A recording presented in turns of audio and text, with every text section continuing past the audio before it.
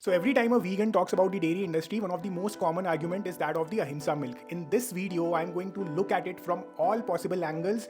We'll share data as applicable, logic, also the size and the scope of the solution against the dairy cruelty known as the AHIMSA milk, and also will expose the hypocrisy of this argument. In fact, that is where I'm going to start. They would say that they support AHIMSA milk, and that is my first question. What do you mean by you supporting AHIMSA milk? Does it mean that you are against non-AHIMSA milk? Why is it that their comments are only to be seen in vegan post and not in any other dairy industry where they'll go and say, hey, we oppose this form of milk consumption, we only support AHIMSA milk? I'll share one instance of hypocrisy. There was this one person who commented, and after multiple exchanges of comments, the person agreed that okay, dairy is cruel, but I do not consume that milk.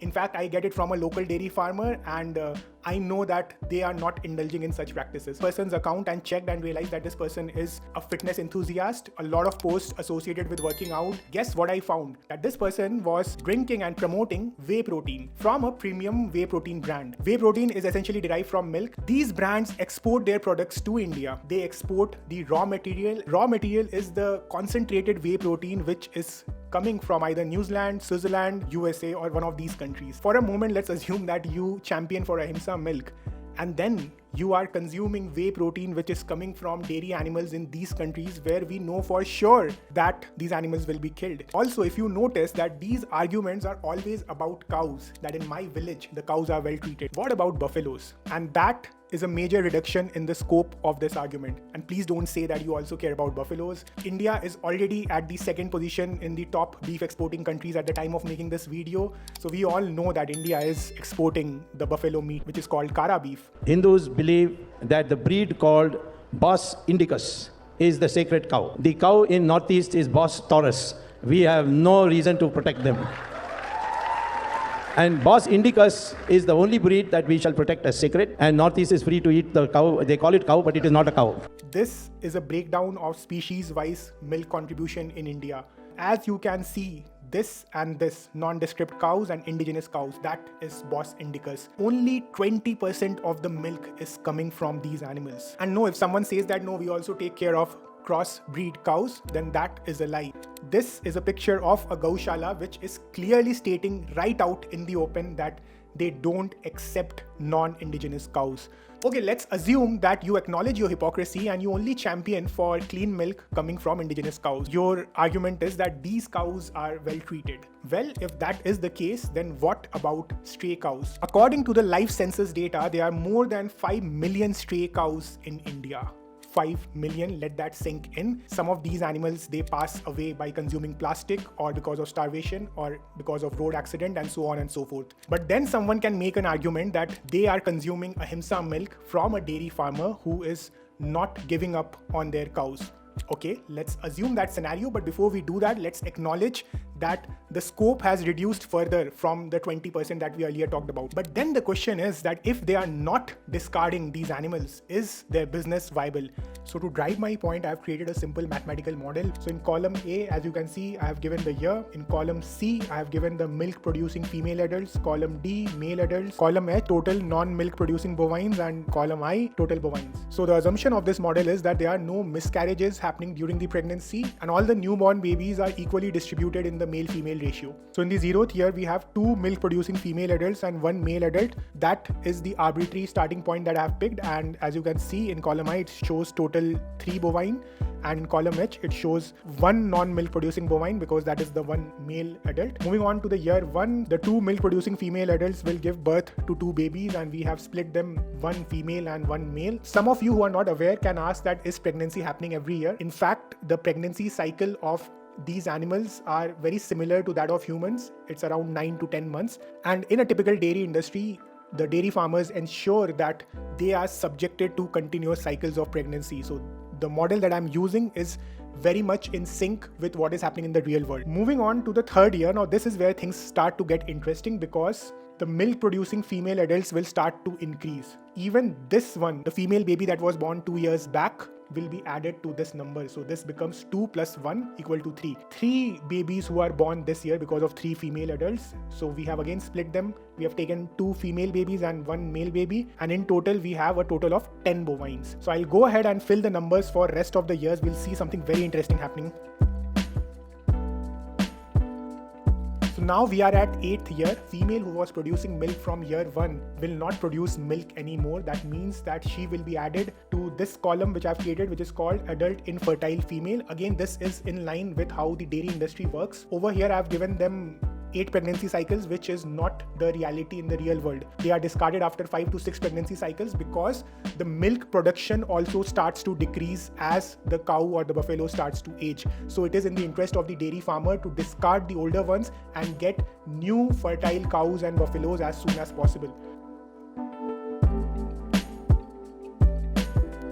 In 14 years, they started with 3 animals and ended up with 356, out of which 259 are non-milk producing bovines. 72% of the animals are not giving any milk, and that is how these numbers will end up. Anytime someone says that I am buying from a dairy farmer who is not throwing away these animals once they are of no use, that is an outright lie, or the person who's making the claim is completely ignorant. It's not feasible, it's not possible, as you can see here. Visit a dairy farm and just count the number of animals they have and observe the ratio of lactating mothers there, and also observe the sex ratio, that is the number of females and males. They would have been in business for 10 years, 15 years. This is the number if they are not ending up with. That means that they have found an exit mechanism, which is the beef industry, the leather industry, or indigenous cows being thrown away on street where they eat plastic, or they meet accident, or they die out of starvation. They don't keep male animals, they resort to something known as artificial insemination. So artificial insemination is essentially the process of collecting the semen of the bull by stimulating them and then inserting that inside the private part of the cow or the buffalo. But someone can again make a claim here that, hey Shivam, artificial insemination, no, that is not acceptable. Someone can make such a claim that it's not happening to the indigenous cows, it's not happening to Bos indicus. Then I have this screenshot for you taken from the Animal Husbandry Report, an Indian origin cow who is subjected to artificial insemination. But someone can again make a claim that, hey, no, the place where I'm getting from, their artificial insemination is not happening. Instead, they are getting a bull and then making the animal mate with the bull. Is that acceptable?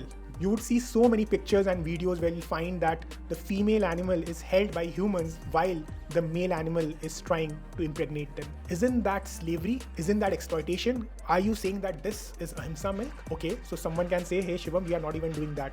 We are leaving our cows and then they are automatically on their own, out of their own will, mating with the bulls, and hence it's not forced pregnancy. But let's think about it. Let's keep aside cows and buffaloes for a moment. Let's talk about humans. Would you want any female, whether you are a female yourself or whether you are a male, and think of this question being asked for your wife, your sister, or any other female friend, would we want females to go through more than 1 or 2 pregnancy cycles in their whole life? No, right? Because pregnancy is a very taxing process for the body and emotionally. Anyone who is a pet parent of a female dog or a cat, they also take measures to ensure that these animals are not subjected to so many cycles of pregnancy. And only people who subject them to continuous cycles of pregnancy are the breeders. And that is why we say adopt, don't shop. And when we are leaving these animals in the open and we are not intervening with them and they are getting pregnant every year, and then we are just going there to take their milk, isn't that hypocrisy? Either you let them be, let them roam around in the wild and let them take care of their own fate. No, you are only intervening to extract milk from them. And how's that care and how's that love? Okay, but then someone can further bring the scope down of AHIMSA milk and say that, hey, we are taking care of our cows and we are also ensuring that these cows are not subjected to more than 2 pregnancies in their lifetime.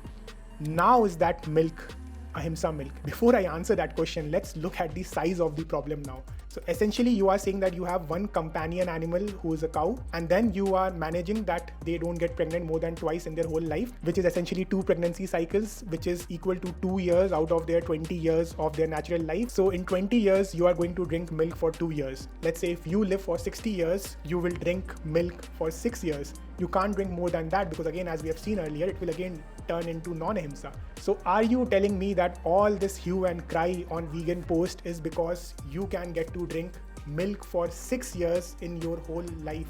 That is not something which is driving the demand of this country. In fact, that is not a part of the supply and demand. Probably 0.000001%, and maybe not even that. And if you say, no, this is AHIMSA milk and this is what you are championing for, then you have to acknowledge that AHIMSA milk is the root of the cruelty in the dairy industry today. Because this is how things would have started, right? That someone had a companion animal who was a cow. During her pregnancy, maybe the calf was sick and they gave milk which the calf did not drink, and the person drank the milk and they thought, wait a second, I can drink milk from cow?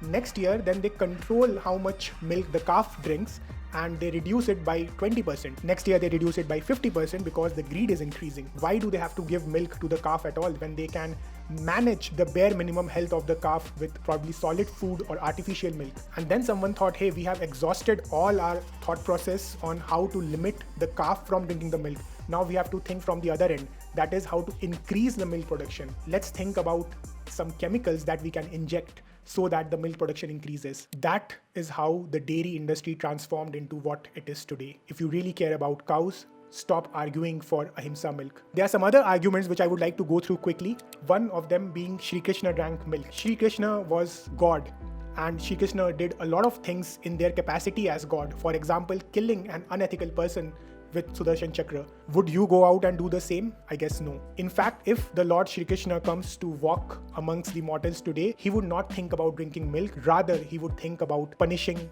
the people who are drinking milk today. Stop comparing yourself with God. Instead, focus on your values of compassion, love, non-violence and justice. Next argument, cows produce extra milk and we have to take care of them. The question that is to be asked is that why are these cows producing extra milk? No other animal with whom humans have not messed up produces extra milk that we have to take out the milk, and that is because they have been genetically modified over the years. People would say that if we don't take out the extra milk from their udder, they would suffer, which is true, that the extra milk has to be pumped out of the udders because we have trained them, we have modified them to produce extra milk. It is such a vile argument. It is kind of an anti-feminist argument, like men have created horrible, unsafe condition for women to move out of home, and hence they are forcing women to stay at home for their own safety. Another argument that is often made is that calves cannot drink all the milk. Well, first thing is that calves in the dairy industry are tied away. They are allowed to drink milk only once or twice throughout the day. Whereas if you leave them untied, then they would go and drink milk in smaller portions throughout the day at higher number of frequencies. And it is true actually that calves cannot drink all the milk, even if they are left untied and they drink milk as per their own will.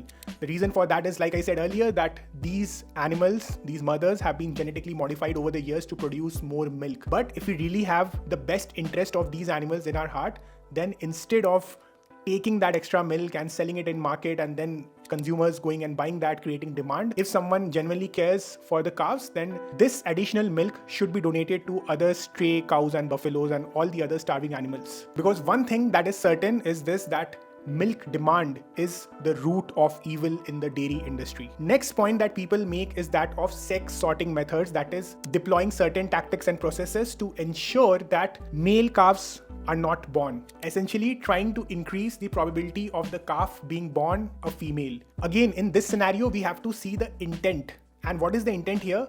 To treat these animals as producer of milk, as objects, as milking machines, and then trying to figure out ways which reduces our pain point. And what is our pain point? To get rid of male calves in the dairy industry. So this is yet another method to commodify these animals. And a human analogy that I would like to give here, which I feel is very apt, is that of female infanticide. People who participate in female infanticide, they see females as a liability and hence they don't want the birth of females. In dairy industry, the roles are reversed. Another silly point that people will give is that cows will go extinct if humans stop drinking their milk. I mean, there are so many animals in the wild who have not gone extinct because of lack of human intervention. If anything, it's probably the other way around, that more animals may have gotten extinct because of human intervention. Please share this with as many people as possible who are championing AHIMSA milk or who think that it's ethically correct to drink AHIMSA milk. Thank you so much for watching this video, and until we meet again, this is Shivam signing out.